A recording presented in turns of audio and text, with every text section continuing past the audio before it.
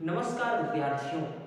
आज के इस ऑनलाइन क्लासेस में हम पढ़ने वाले हैं कक्षा 10 विषय हिंदी पाठ 7 जो कि संस्कृत का पाठ है जीवन सूत्र। कक्षा 10 में हिंदी वाली पुस्तक में ही संस्कृत के कुछ पाठ कुछ अंश लगे हुए हैं, उसके अंतर्गत जो जीवन सूत्र हैं उसको हम पढ़ रहे हैं। आइए शुरू करते हैं। यदि आप पहली बार इस वीडियो को देख रहे हैं तो इसके पहले जो मैंने 2 वीडियो बनाए हैं उनकी लिंक इसके डिस्क्रिप्शन में मैंने दे दी गई है, तो उसमें आप जाकर के और 2 वीडियो पहले से देख लें, इसके बाद इसको हम पढ़ेंगे। चलिए शुरू करते हैं। हम जीवन सूत्राणी हम पढ़ चुके हैं, एक बार केवल इसका रिवीजन करेंगे पहले श्लोक से। तो आप भी मेरे साथ में इसको बोलिए, गुनगुनाइए, समझिए, जिससे क्या होगा कि ये बहुत ज़्यादा सरल हो जाएंगे बार बार पढ़ते रहने से। चलिए तो हम पढ़ते हैं, साथ में उच्चारण करिए आप भी।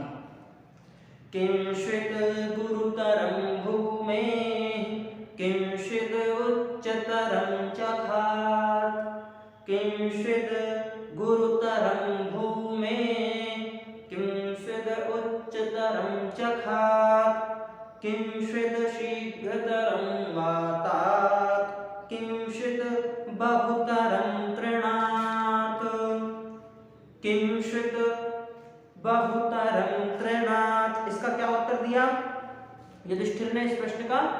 माता गुरुतरा भूमे माता गुरुतरा भूमे खात पितोच्चरस्तथा मनः शीघ्रतरं वातात् चिंता बहुतरी तृणात् चिंता बहुतरी तृणात्।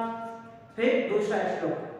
किंचित् प्रवसतो मित्रं किंचित् मित्रं गृहे सतः आतुरस्य च किं मित्रं किंचित् मित्रं मरिष्यतः। इनको एक बार हम समझते हुए चलते हैं। किंचित् प्रवसतो मित्रम, प्रवास के समय मित्र कौन होता है? किंचित् मित्रम गृहे सतः, जब व्यक्ति घर में रहता है, मनुष्य घर में रहता है तो उसका मित्र कौन होता है?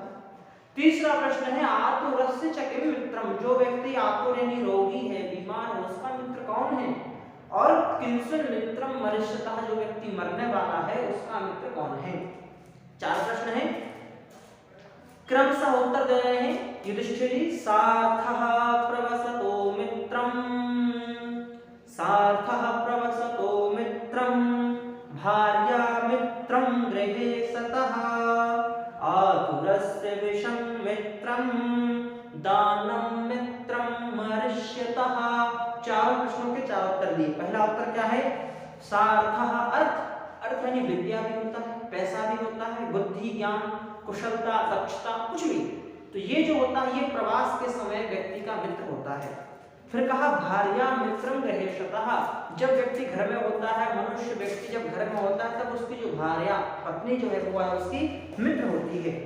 फिर कहा आतुरस्य विषम मित्रम, जो रोगी होता है उसका मित्र कौन होता है? कहा विषक, विषक यानी वैद्य, डॉक्टर। जो डॉक्टर होता है वो रोगी व्यक्ति का मित्र होता है। और फिर क्या कहा? दानम मित्रम मरिष्यतः, जो व्यक्ति मरने वाला है या जो व्यक्ति मरेगा उसका मित्र कौन होगा? तो कहा दान, जो कुछ भी अपने जीवन में उसने दान किया है वही उसके साथ में जाएगा। तो ये 4 उत्तर हो गए दूसरे श्लोक के। तीसरे पद में हम चलते हैं। किंचित् एक पदं धर्म्यं किंचित् एक पदं यशः किंचित् एक पदं स्वर्ग्यं किंचित् एक पदं सुखम। यहां से हमें पढ़ना है, अच्छे से समझिए आप भी। किंचित् एक पदम धर्म्यम, क्या प्रश्न कहा पूछा यक्ष ने? किंचित् एक पदम धर्म्यम, एक पद यानी एक शब्द में बताइए। क्या बताइए? कहा किंचित् धर्म्यम, धर्म क्या है यह एक शब्द में बताइए। किंचित् एक पदम धर्म्यम। फिर दूसरा प्रश्न क्या कहा? किंचित् एक पदम यशः, यश क्या है? यश क्या है एक शब्द में बताइए। किंचित् एक पदम यशः। फिर क्या कहा? किंचित एक पदम स्वर्गम, स्वर्ग क्या है एक शब्द में बताइए, किंचित एक पदम स्वर्गम। और फिर चौथा किंचित एक पदम सुखम, एक शब्द या एक पद में बताइए सुख क्या है। पहला प्रश्न है एक शब्द में बताना है धर्म क्या है, दूसरा यश क्या है, तीसरा प्रश्न है कि स्वर्ग क्या है और चौथा प्रश्न है कि सुख क्या है। चारों प्रश्न यक्ष ने पूछे। युधिष्ठिर जी चारों प्रश्नों के उत्तर देते हैं और कहते हैं दाक्ष्यम एक पदम धर्म्यम, दाक्ष्यम एक पदम धर्म्यम, दानम एक पदम यशः, दानम एक पदम यशः, सत्यम एक पदम स्वर्गम, शीलम एक पदम सुखम, शीलम एक पदम सुखम। चारों प्रश्नों के उत्तर दिए क्रमशः, ध्यान से सुनिएगा। पहला प्रश्न क्या था कि एक शब्द या एक पद में बताइए धर्म क्या है, तो एक पद में उत्तर दिया दाक्ष्यम एक पदम धर्म्यम। दाक्ष्यम, दाक्ष्यम यानी दक्षता, निपुणता, चतुरता। व्यक्ति कितना निपुण है, व्यक्ति कितना चतुर है। किसमें चतुर होना, तो कहा अपने कार्य में। जैसे कोई शिक्षक है, शिक्षक कितना कुशल है अपने कार्य करने में, और जितने अच्छी कुशलता से, चतुरता से, नैपुण्यता, बुद्धिमत्ता से शिक्षक अपना काम करता है तो वह धर्म हुआ उसका। और यदि उसने अपने कर्म से, अपने कर्तव्य से आलस्य किया, विमुख हुआ, तो ये उसका अधर्म हो गया। उसी प्रकार से एक स्टूडेंट, एक विद्यार्थी का धर्म क्या है, पढ़ाई करना। अब यदि वो पढ़ाई को छोड़कर के बाकी सभी अन्य काम में कुशल हो या बुद्धि लगाए या पढ़ाई से आलस्य करे, तो आलस्य करना, विमुख होना, ये सब क्या अधर्म है। लेकिन विद्यार्थी का मुख्य कर्तव्य कर्म क्या है, पढ़ाई करना। और यदि वो पढ़ाई कर रहा है, पढ़ाई में निपुण है, तो यह उसका धर्म हुआ। इसलिए कहा दाक्ष्यम एक पदम धर्म्यम। फिर क्या कहा, दानम एक पदम यशः।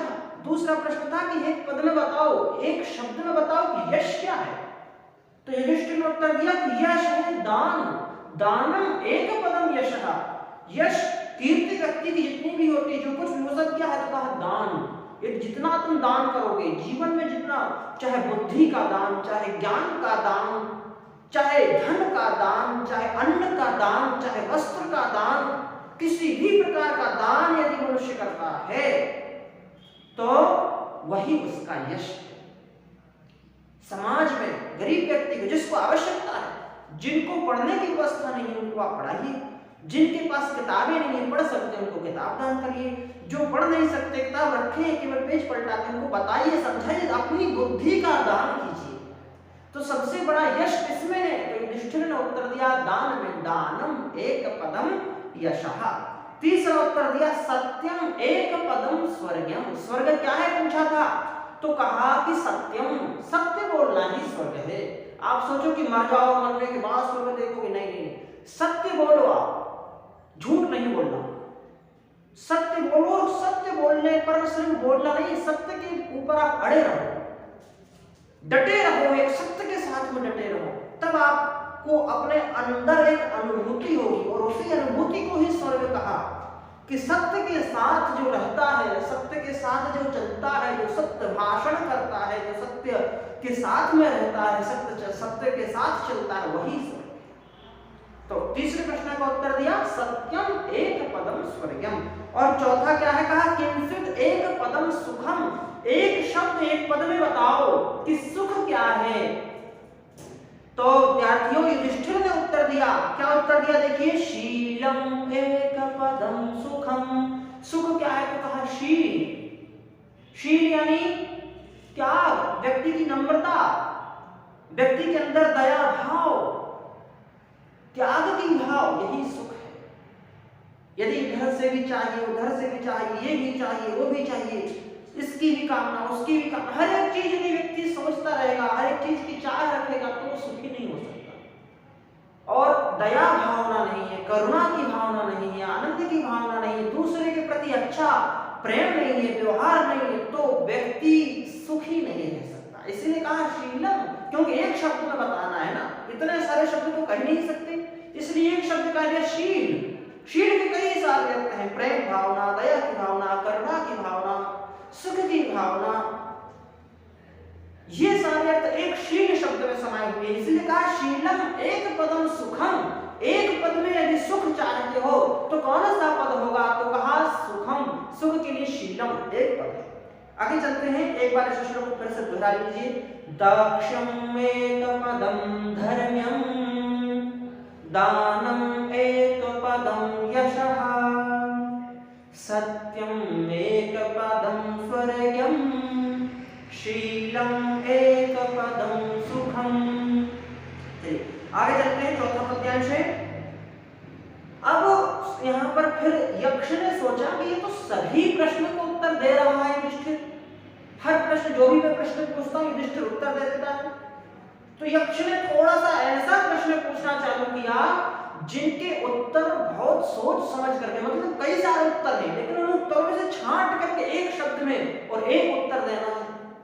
जैसे प्रश्न क्या है, तो कहा धान्यानाम उत्तमम किंस्विद, क्या है, धान्यानाम उत्तमम किंस्विद। धान्य, धान्य का मतलब होता है अन्न, तो अन्नों में कई सारे प्रकार के अन्न हैं, किसी को रोटी अच्छी लगती है तो किसी को पराठा, किसी को पूड़ी, किसी को दाल, किसी को चावल, कई प्रकार के व्यंजन बनते हैं, अलग अलग व्यंजन होते हैं, व्यक्ति को कुछ भी पसंद हो सकता है, लेकिन उत्तम क्या है, हर व्यक्ति अपने हिसाब से कहते नहीं हमें ये बढ़िया लगता है, हमें खिचड़ी अच्छी लगती है, कोई हमें पोहा अच्छा लगता है, तो हमें जलेबी अच्छी लगती है, तो हमें समोसा अच्छा लगता है। हर व्यक्ति की अपनी एक पसंद है, तो हर व्यक्ति के लिए अपना एक उत्तम भोजन भी है। हुआ घुमाने वाला उत्तर, घुमाने वाला प्रश्न पूछा जिसका उत्तर एक शब्द में कैसे दिया जाए, एक उत्तर क्या दिया जाए। क्या प्रश्न है, धान्यानाम उत्तमम किंस्विद, फिर धनानाम स्यात् किमुत्तमम्, और उसी प्रकार से धन में भी, क्योंकि धन भी कई प्रकार का होता है, किसी के पास खेती जमीन है, किसी के पास सोने के बिस्कुट रखे हुए हैं, तो किसी के पास सोने के चांदी के घड़े भरे रखे हैं, तो किसी के पास कुछ है, इस प्रकार से अलग अलग प्रकार से धन भी होता है। तो कहा किसी के पास 2 नंबर का पैसा है, किसी के पास 1 नंबर, किसी के पास मेहनत का पैसा है, तो ये कई प्रकार का धन होता है समाज में लोगों के पास। तो कहा कि धनानाम स्यात् किमुत्तमम्, उत्तम धन कौन सा है। पहले पूछा अन्न का, फिर पूछा धन का, और तीसरा प्रश्न क्या किया, लाभानाम उत्तमम् किम स्यात्। लाभ, हर व्यक्ति सोचता है कि बाजार जाएगा, सब्जी में पैसे कम कर लिए, मार्केट गया सब और कुछ भी सामान लिया उसमें पैसे कम कर लिए, उधर से आया किसी से कोई झूठ बोल दिया उसमें, उसको मतलब छोटी छोटी चीजों में व्यक्ति सोचता है कि मैंने कितना लाभ कमा लिया। और उसी प्रकार से जो बड़ा व्यक्ति होता है तो वो सोचता है कि नहीं ये गाड़ी आज ज्यादा बिक गई तो हमें उसमें लाभ हो गया, या हमने इसमें इतना ज्यादा पैसा ले लिया उसमें लाभ हो गया। हर व्यक्ति अपने हिसाब से लाभ की परिभाषाओं को बताता है। कोई पढ़ने वाला विद्यार्थी है, स्टूडेंट है, तो वो कहता है कि मुझे क्या लाभ होगा, कहा मुझे यूट्यूब पर इतनी अच्छी चीज पढ़ने को मिल गई फ्री में, तो वो कहेगा मुझे ये लाभ हो गया। मतलब लाभ कई प्रकार से हर व्यक्ति के स्तर के अनुसार अपने अपने लाभ होते हैं। तो इसलिए यक्ष ने पूछा कि लाभानाम उत्तमम् किम स्यात्, उत्तम लाभ कौन सा है। और चौथा सुखानाम स्यात् किम उत्तमम्, सुखों में उत्तम सुख कौन सा है। तुम चाहते हो कि तुम्हें बिस्तर मिलेगा, खाना मिलेगा, पी लिया, खाना पीना खा के बढ़िया सोकर जाइए उठ के, क्या आनंद, ये सुख है। दूसरा व्यक्ति कहेगा अरे हमें तो घूमने मिल गया, हमें तो नदी में जाने को मिल गया, कि हमें पर्वत पर चढ़ने को मिल गया, हमें प्लेन में बैठने को मिल। हर व्यक्ति की सुख की परिभाषाएं भी अलग अलग होती है। सुख क्या है, ये चारों प्रश्न जो हैं इनके कई सारे उत्तर हैं। हर व्यक्ति अपने हिसाब से, यानी दार्शनिक प्रश्न हम इनको कह सकते हैं। दार्शनिक प्रश्नों का उत्तर क्या दिए देखिएगा। युधिष्ठिर जी कह रहे हैं उत्तर में धान्यानाम उत्तमम् दाक्ष्यम, क्या कहा, उत्तम धान्य क्या है, तो कहा दाक्ष्यम, धान्यानाम उत्तमम् दाक्ष्यम। दाक्ष्यम का मतलब होता है निपुणता, कुशलता। कुशलता से जो चीज कमाई जाए वही धान्य है, मेहनत से जो कमाई जाए वही धान्य है, वही अन्न है, वही उत्तम अन्न है। ऐसा नहीं कि 2 नंबर से किसी को लूट करके भ्रष्टाचार करके पैसे लाए और उससे जो आपने खाया वो है आपकी बुद्धि भ्रष्ट करेगा। उसको खाओगे तब आपके मन में गलत विचार आएंगे, उसको खाओगे तब आप अच्छे काम नहीं कर सकते। क्यों? क्योंकि सामने वाले ने मेहनत से कमाया और आपको उसका काम करने के लिए 10,000 ले लिए, 15,000 ले लिए, 20,000 ले लिए, तो ये क्या हुआ? आपने पैसा तो लिया, उस पैसे से आप अन्न भी खरीदोगे, लेकिन वो अन्न आपकी मेहनत का नहीं होगा, वो आपकी निपुणता का नहीं, वो आपकी कौशलता का नहीं होगा, वो अन्न आपका उत्तम अन्न नहीं कहलाएगा। इसलिए क्या कहा युधिष्ठिर ने, क्या उत्तर दिया? धान्यानाम उत्तमम दाक्ष्यम। दाक्ष्यम यानी निपुणता से, परिश्रम से, मेहनत से जो कमाया जाए वही उत्तम धन है, वही धान्य यानी उत्तम खाना, भोजन, वही उत्तम भोजन है जो मेहनत से भोजन कमाया जाए, खेत में परिश्रम करके भोजन कमाया जाए, या कहीं भी परिश्रम करने के बाद जो पैसा कमाया जाता है उससे जो अन्न मिलता है वही उत्तम अन्न है। फिर क्या कहा कि धनानाम उत्तमम श्रुतम। श्रुतम यानी सुना गया, और श्रुतम यानी श्रुति, श्रुति यानी वेद, पुराण, शास्त्र, रामायण, महाभारत, जिनको हम सुन करके जिनका ज्ञान प्राप्त करते हैं उनको श्रुत कहते हैं, श्रुत। इसलिए कहा युधिष्ठिर ने कि धनानाम उत्तमम श्रुतम, सबसे उत्तम श्रुत धन क्या है? कहा सुनना। किसको सुनना? कहा वेदों को, पुराणों को, अच्छी बातों को सुनना सबसे अच्छा धन है। धन का मतलब सिर्फ पैसा नहीं जो आप जेब में रखते हो, जो खर्च करते हो, घर में रखते हो, तिजोरी में रखते हो, वह सबसे अच्छा धन नहीं है। क्या कहा? सबसे अच्छा धन क्या है? तो कहा श्रुतम, जिसको सबसे अच्छा सुन सकते हो आप, सबसे अच्छी वाणी, सबसे अच्छे विचार, सबसे अच्छा ज्ञान जो आपने सुना है वही सबसे अच्छा धन है। तीसरा उत्तर दिया, पूछा था कि लाभ क्या है, तो उत्तर क्या दिया? लाभानाम श्रेयमारोग्यम। सभी लाभों में उत्तम लाभ है आरोग्य, यानी व्यक्ति के शरीर में रोग ना होना ही सबसे बड़ा लाभ है। यानी तुम पैसे कमा रहे हो, करोड़ों रुपए कमा रहे हो, अरबों रुपए कमा रहे हो, लेकिन शरीर में एक रोग है, या सिर दुख रहा है, या पेट में दर्द है, तो वो पूरे पैसे आप एक साइड में रखे हैं, आप उनको देखते रहोगे कि रखे हैं। मैंने सोने चांदी के हार बनवाए, मालाएं बनवाई, अंगूठियां बनवाई, लेकिन सब रखे हैं। पेट में दर्द हो रहा है तो वो पैसा आकर के आपके काम नहीं आएगा, रखा रहेगा और ऐसे आप चले जाओगे शरीर को छोड़ के। तो सबसे उत्तम लाभ क्या होता है? लाभानाम उत्तमम श्रेयम आरोग्यम। श्रेयम आरोग्यम यानी सबसे ज्यादा श्रेष्ठ लाभ क्या है? तो कहा आरोग्य, यानी व्यक्ति निरोगी रहे। इसलिए जब हम पढ़ते हैं हिंदी में भी, जैसे प्रथम सुख निरोगी काया, वहां भी सुख क्या बताया? सबसे पहला लाभ यानी सुख क्या बताया? निरोगी काया, हमारा शरीर कैसा रहे? निरोग रहे, यही सबसे पहला लाभ है और सबसे उत्तम लाभ है। चौथा उत्तर देते हैं, जब पूछा कि सुखानाम स्यात् किम उत्तमम, सुखों में उत्तम सुख क्या है, तो उत्तर दिया कि सुखानाम तुष्टिरुत्तमा। उत्तमा क्या? तुष्टि उत्तमा। तुष्टि यानी संतोष, व्यक्ति के मन को संतोष हो जाए, 2 रोटी मेरी तो संतोष हो जाए कि नहीं, बस खूब है, पर्याप्त है। और बफर सिस्टम में जाए, 10 प्रकार के व्यंजन थाली में रखे, आधा खाए आधा फेंक दे, फिर भी मन संतुष्ट नहीं होता, फिर भी मन कहता है कि थोड़ा सा और टेस्ट कर लो, थोड़ा सा और टेस्ट कर लो। क्यों? क्योंकि मन में संतोष नहीं है, मन में तुष्टि नहीं हुई है। विद्यार्थियों, जब तक तुष्टि नहीं होगी तब तक मन में संतोष नहीं होगा, जब तक सुख नहीं होगा, जब तक आप दुख ही दुख, कहीं कुछ गड़बड़ कर लिया, कुछ खा लिया, कुछ पी, कहने का मतलब है किसी भी काम में, चाहे पैसा कमा रहे हो तो उसमें किसी से कुछ मांगने जा रहे हो तो उसमें मेहनत करने जा रहे हो तो हर एक चीज में आपके मन में संतुष्टि होना आवश्यक है। जब तक संतुष्टि नहीं होगी, संतोष नहीं होगा, जब तक सुख नहीं मिलेगा। इसलिए कहा युधिष्ठिर ने कि सुखानाम तुष्टि उत्तमा। उत्तमा तुष्टि सुखम, उत्तम तुष्टि, उत्तमा तुष्टि क्या है? तो कहा सुख। ठीक है, आगे चलते हैं, एक और पद्यांश बचा है, इसको भी आज हम पढ़ लेते हैं तो हमारा ये पाठ पूरा हो जाएगा। कहा कि किन्नु हित्वा प्रियो भवति। अब यक्ष ने सोचा कि सब उत्तर देते जा रहा है, थोड़ा और कठिन प्रश्न पूछा जाए, तो और कठिन प्रश्न के लिए गए यक्ष और पूछते युधिष्ठिर से कि बताओ राजन, किन्नु हित्वा प्रियो भवति और किन्नु हित्वा न शोचति, किन्नु हित्वा धनान् भवति और किन्नु हित्वा सुखी भवेत्। 4 प्रश्न फिर पूछे। क्या कहा कि बताओ, यक्ष कहता है किन्नु हित्वा प्रियो भवति, हित्वा यानी छोड़ करके, त्याग करके, हटा करके।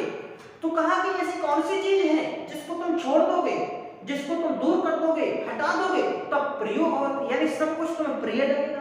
प्रिय का मतलब है अच्छा, जिससे हम प्रेम करते हैं, जो हमारा प्रिय होता है। जैसे एक माँ का सबसे प्रिय उसका बेटा होता है, एक बेटे की सबसे प्रिय उसकी माँ होती है, एक भक्त का सबसे प्रिय उसका भगवान होता है। तो प्रिय यानी जिस प्रकार से भक्त भगवान में एक संबंध होता है, एक माँ पुत्र में संबंध होता है, उसी प्रकार से प्रिय यानी कि ऐसी कौन सी चीज है जिसको हटाने से, हित्वा यानी हटाने से, त्याग करने से सब कुछ प्रिय लगे, हर व्यक्ति अच्छा लगे, हर व्यक्ति से प्रेम हो जाए। ऐसा क्या है? कहा किन्नु हित्वा प्रियो भवति, पहला प्रश्न। दूसरा प्रश्न क्या कहा? किन्नु हित्वा न शोचति, शोचति यानी शोक करना। तो कहा ऐसी कौन सी चीज है जिसको हित्वा यानी छोड़ करके, त्याग करके व्यक्ति न शोचति, सोच नहीं करता, शोक नहीं करता।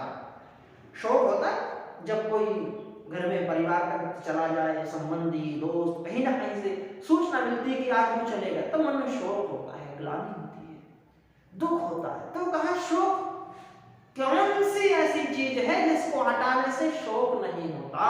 किन्नु हित्वा न शोचति, ना यानी नहीं, शोचति यानी शोक करना। तो कौन सी ऐसी चीज है जिसको हटा दो, छोड़ दो, हित्वा यानी छोड़ना, जिसको छोड़ने के बाद व्यक्ति शोक नहीं करता, शोक नहीं करता, क्या है ऐसा? दूसरा प्रश्न। तीसरा प्रश्न है किन्नु हित्वार्थवान् भवति, ऐसी कौन सी चीज है जिसको हित्वा यानी छोड़ करके व्यक्ति अर्थवान हो जाता है, मालामाल हो जाता है, पैसे वाला हो जाता है, इज्जत वाला हो जाता है? ऐसी कौन सी चीज है जिसको छोड़ करके व्यक्ति पैसा वाला बनता है? और चौथा प्रश्न है किन्नु हित्वा सुखी भवेत्, और ऐसी कौन सी चीज है जिसको छोड़कर व्यक्ति तो सुखी हो जाता है, मन प्रसन्न हो जाता है, सुखी हो जाता है व्यक्ति, उसके पास दुख नहीं रहते? ऐसी कौन सी चीज है? ये 4 प्रश्न, अंतिम 4 प्रश्न हैं यक्ष के, और ये सिर्फ प्रश्न उत्तर के माध्यम से यक्ष और युधिष्ठिर का संवाद, कन्वर्सेशन नहीं चल रहा है विद्यार्थियों। ये जीवन सूत्राणी पाठ का नाम है। हमारे और आपके जीवन में ये सूत्र दिए जा रहे हैं कि जीवन में कौन सी चीज प्रिय होती है, किससे सुख मिलता है, लाभ क्या है, श्रेष्ठ क्या है, माँ से ज्यादा, पिता से ज्यादा, भूमि से ज्यादा, आकाश से ज्यादा, मित्र कौन है, शत्रु कौन है, कैसे सुख पाना है, कैसे पैसा कमाना, ये सारे जीवन के सूत्र दिए जा रहे हैं आपको, जिनको आप अपने जीवन में उतारो, उनको समझो। और अब क्या बताया कि ऐसी कौन सी चीज है जिसको छोड़ दे तो हर व्यक्ति प्रिय हो जाए? ऐसी कौन सी चीज है जिसको छोड़ दे तो फिर हमें कभी शोक ना करना पड़े? ऐसी कौन सी चीज है जिसको छोड़ने से व्यक्ति पैसा वाला हो जाए, अर्थवान हो जाए, अर्थ यानी पैसा? और ऐसी कौन सी चीज है जिसको छोड़ने से व्यक्ति सुखी हो जाए? 4 प्रश्न हैं, चारों प्रश्नों के उत्तर दिए युधिष्ठिर ने। क्या कहा देखो, मानं हित्वा प्रियो भवति, मानं हित्वा प्रियो भवति, क्रोधं हित्वा न शोचति, क्रोधं हित्वा न शोचति, कामं हित्वार्थवान् भवति, कामं हित्वार्थवान् भवति, लोभं हित्वा सुखी भवेत्, लोभं हित्वा सुखी भवेत्। चारों प्रश्नों के 4 उत्तर दिए। पहला उत्तर दिया कि मानं हित्वा प्रियो भवति, मान यानी अभिमान। जब व्यक्ति अपने अंदर से अभिमान हटा दे कि मैं हूं, मैंने किया, ये मेरा है, ये तेरा है, ये तू है, ये जो व्यक्ति के अंदर एक अहम भावना होती है, अभिमान होता है, घमंड होता है, इस घमंड को, अभिमान को यदि व्यक्ति हटा दे, क्या कहा, मानं हित्वा प्रियो भवति, तब मान को हटा दे, अभिमान को हटा दे, तब सब कुछ प्रिय लगने लगेगा। गरीब व्यक्ति भी अच्छा लगेगा, अपना लगेगा, अमीर व्यक्ति भी अपना लगेगा, पैसे वाला भी अपना लगेगा, बिना पैसे वाला भी अपना लगेगा। जो अपने हैं वो तो अपने लगेंगे, जो अपने नहीं है वो भी अपने लगेंगे। क्यों? क्योंकि फिर मन से जो मैं की भावना है, अहम की भावना है, अहंकार की भावना है, वो हट जाएगी। इसलिए कहा कि मानं हित्वा प्रियो भवति और क्रोधं हित्वा न शोचति। यदि व्यक्ति क्रोध को छोड़ दे तो व्यक्ति को शोक नहीं करना पड़ेगा। कहा था ऐसी कौन सी चीज है जिसको हटा दो, छोड़ दो तो शोक न करना पड़े? तो कहा क्रोधम, क्रोध को। क्यों? व्यक्ति जो कुछ भी काम करता है जिससे शोक होता है उसको सिर्फ किसी को मार दिया, कुछ सामान तोड़ दिया, कहीं भी जाकर के कूद गए, आत्महत्या कर ली, ये क्या है? क्रोध के कारण। और जब क्रोध में ये सब व्यक्ति करता है तो फिर उसको शोक करना पड़ता है। इसीलिए कहा है युधिष्ठिर ने कि क्रोधं हित्वा न शोचति, क्रोध को छोड़ दो यदि, तो फिर व्यक्ति को शोक नहीं करना पड़ेगा। और तीसरा कहा कि कामं हित्वा अर्थवान भवति, कामं हित्वा, छोड़ दो, किसको? बोले काम को। काम क्या है? तो बोले इच्छाएं, व्यक्ति की वासनाएं, व्यक्ति के मन में कामनाएं जो उठती हैं, यही कामनाओं के भी छोड़ दे तो व्यक्ति पैसा वाला हो जाए। 10 रुपए आए, हमने मन में फट से सोच लिया 10 का ये लाना है, 100 आए हमने फट से सोच लिया हमें ये लाना है, 500 आए फट से सोच लिया ये लाना है, और पैसा वाला व्यक्ति नहीं बनता। सबसे पहले अपनी कामनाओं को, इच्छाओं को छोड़ना पड़ेगा, तब व्यक्ति पैसा वाला बनेगा। चौथा प्रश्न का उत्तर क्या है? कहा किम्नु हित्वा सुखी भवेत्, कौन सी ऐसी चीज है जिसको छोड़ दे व्यक्ति तो सुखी हो जाए? तो कहा लाभं हित्वा सुखी भवेत्, लाभ को यदि छोड़ दिया जाए, लाभ नहीं लोभ, लोभं हित्वा सुखी भवेत्, लोभ जो है वह लोभ यदि व्यक्ति छोड़ दे, लोभ का मतलब होता है लालच। हर एक चीज में व्यक्ति लालच देता है कि मुझे ये भी मिल जाए, ये अच्छा इतना मिल गया, इतना और मिल जाए, अच्छा इतना मिल सकता है तो इतना और मिल सकता है। सरपंच बना रहे, अपनी बात तो विधायक बन ही जाना है, किसी भी हालत चाहे कुछ हो जाए, संतुष्टि नहीं हुई उसको, लोभ लालच आ गया कि इसमें ज्यादा फायदा, विधायक ही बन गया, और लालच आ गया, अब तो और पैसा कमाना है, सांसद बन गया, और नाम कमाना है, फिर लोभ और लोभ लोभ लोभ लोभ के बाद एक न एक दिन व्यक्ति खत्म हो जाता है लालच में। इसलिए तो कहा गया लालच बुरी बला है। क्यों कहा गया? इसीलिए कहा गया, और इसीलिए युधिष्ठिर ने उत्तर दिया कि लोभं हित्वा सुखी भवेत्, लोभ को छोड़ दे व्यक्ति तो सुखी हो जाता है। तो ये चारों प्रश्नों के 4 उत्तर हुए, और मैं आशा करता हूं कि आप लोग अच्छे से पढ़ रहे हैं। जहां नहीं पढ़ते आपको बनता है, समस्या होती है, वहां पर आप क्या करेंगे? वीडियो को पोस्ट करेंगे, शुरू से देखेंगे, या जो समझ में नहीं आ रहा उसको फिर से डबल से देखेंगे। इसके पहले जो 2 वीडियो उनको देखेंगे ताकि पूरा पाठ आपका अच्छे से समझ में आ जाए, अपने माइंड में क्लियर हो जाए। सभी के प्रश्न उत्तर आप एक कॉपी पे एक तरफ प्रश्न लिखिए, दूसरी तरफ उत्तर लिखिए, उनको याद करिए। बोर्ड परीक्षा है, मेरी आप सभी को परीक्षा की शुभकामनाएं हैं। अच्छे से तैयारी करिए और ऑनलाइन क्लासेस को पढ़ते रहिए। धन्यवाद।